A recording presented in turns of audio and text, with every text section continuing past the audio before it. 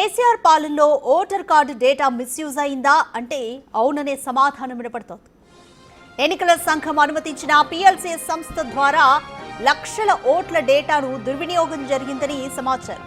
2019 మార్చి నుండి 2021 వరకు పిఎల్సిఎస్ సంస్థకు ఓటర్ కార్డు తయారీకి ఈసీ అనుమతిచ్చింది. అయితే అనుమతులకు విరుద్ధంగా పిఎల్సిఎస్ సంస్థ వ్యవహరించిందని సీఈఓ కార్యాలయం నిర్ధారించింది. ఎన్నికల కమిషన్ అనుమతి లేకుండా నిబంధనలకు విరుద్ధంగా 2 లక్షల ఓట్ల డేటాను మిస్యూజ్ చేసిందని బలమైన ఆరోపణలు వినబడుతున్నాయి.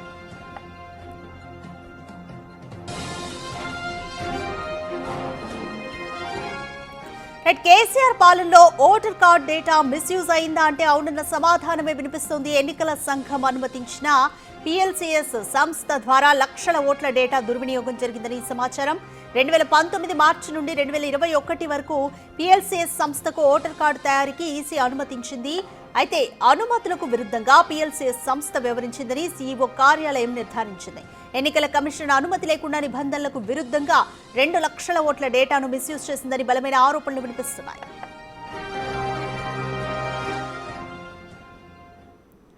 మోర్ డీటెయిల్స్ మా ఇన్పుట్ ఎడిటర్ పవన్ కుమార్ అందిస్తారు.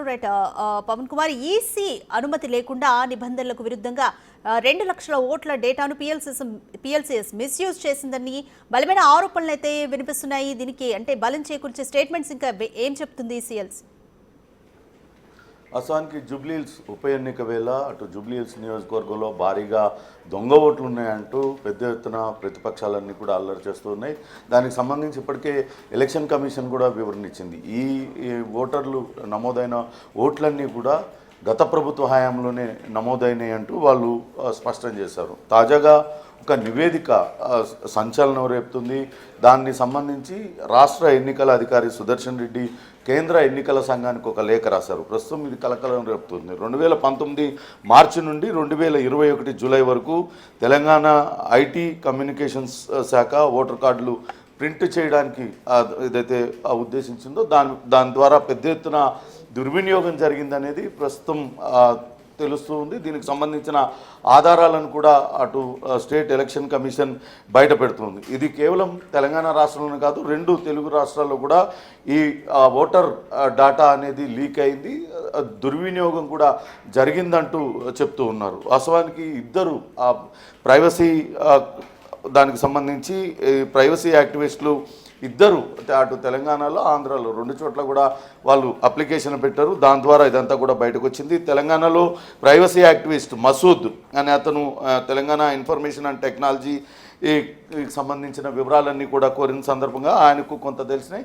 2019లో వీటికి సంబంధించి Hyderabad based company Posidex technologies private limited అనే సంస్థకు దీన్ని ఇవ్వడం జరిగింది. వాస్తవానికి ఆ కేంద్ర ఎన్నికల సంఘం 2 తెలుగు రాష్ట్రాలకు కూడా ఓటర్ కార్డులను ఆధార్తో అనుసంధానించే ప్రక్రియ కోసం వాళ్ళకి యాక్సెస్ని ఇచ్చింది.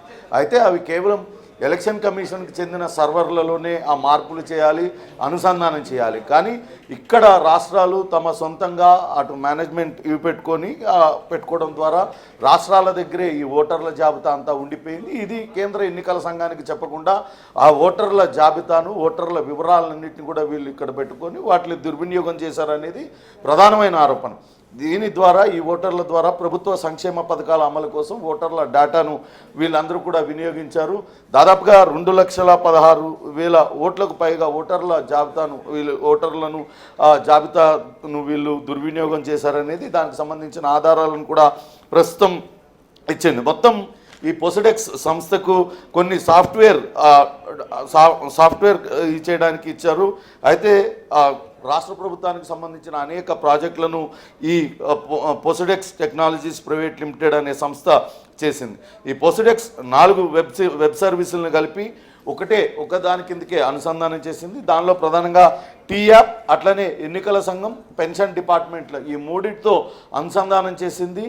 అంటే ఒకరికి యాక్సెస్ ఇవ్వడం ద్వారా ఇవన్నీ కూడా బయటపడ్డాయి అనేది మనకి తెలుస్తున్న సమాచారం. అయితే దీనిపైన అటు పొసిడెక్స్ సంస్థకు సంబంధించిన వారిని వాళ్ళ వివరణ కోరేందుకు ప్రయత్నించింది.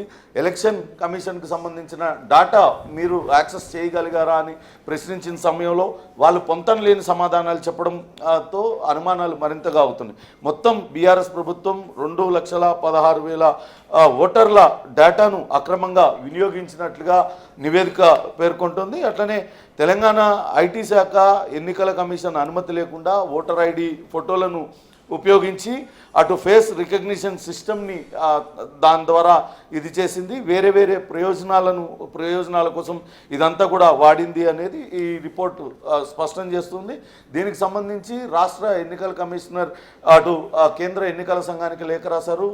ఇక్కడ జరిగిన దుర్వినియోగానికి సంబంధించి దానికి సంబంధించిన ఆధారాలను కూడా అటు కేంద్ర ఎన్నికల సంఘానికి ఇవ్వడం జరిగింది. చూడాలి మరి కేంద్ర ఎన్నికల సంఘం ఏ రకంగా స్పందిస్తుంది. ఆ ఓటర్ల జాబితా దుర్వినియోగం పైన ఇక్కడ స్టేట్ ఎలక్టరల్ ఆఫీసర్ల పైన చర్యలు తీసుకుంటుందా, లేకుంటే గత ప్రభుత్వ హయాంలో జరిగిన దుర్వినియోగం అలానే ఈ డాటా ఈ సాఫ్ట్వేర్ కంపెనీ పొసిడెక్స్ పైన చర్యలు తీసుకుంటుందా అనేది మాత్రం వేచి చూడాలి. మొత్తం మీద అటు ఆ ఓటర్ల జాబితా బహిర్గతం కావడం, దానికి వేరే సంక్షేమ పథకాల అమలుకు ఎక్కువగా పెన్షన్లు ఇచ్చే వాళ్ళ కోసం దీన్ని వాడినట్టుగా తెలుస్తుంది.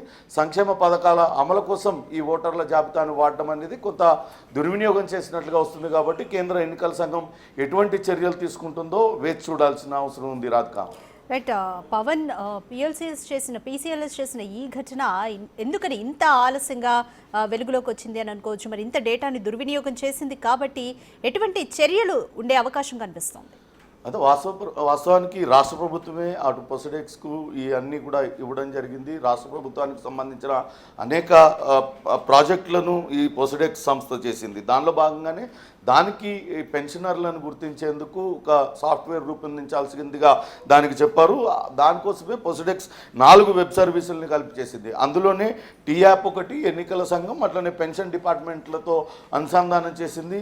అటు ఓటర్లుగా నమోదైన వాళ్ళ వివరాల ద్వారా వాళ్ళ నుంచి ఈ పెన్షనర్లను ఎంపిక చేశారనేది ప్రస్తుతం ప్రధానమైన ఆరోపణ. ఇదంతా కూడా గత ప్రభుత్వ హయాంలో వాళ్ళ అనుమతులతోనే జరిగాయి.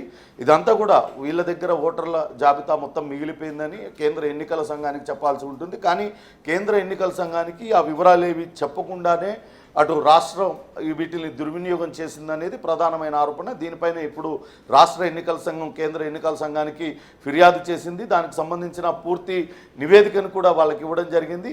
ఆ నివేదిక ఆధారంగా కేంద్ర ఎన్నికల సంఘం ఎటువంటి చర్యలు తీసుకుంటుందో వేచి చూడాలి. Right, thank you Pawan.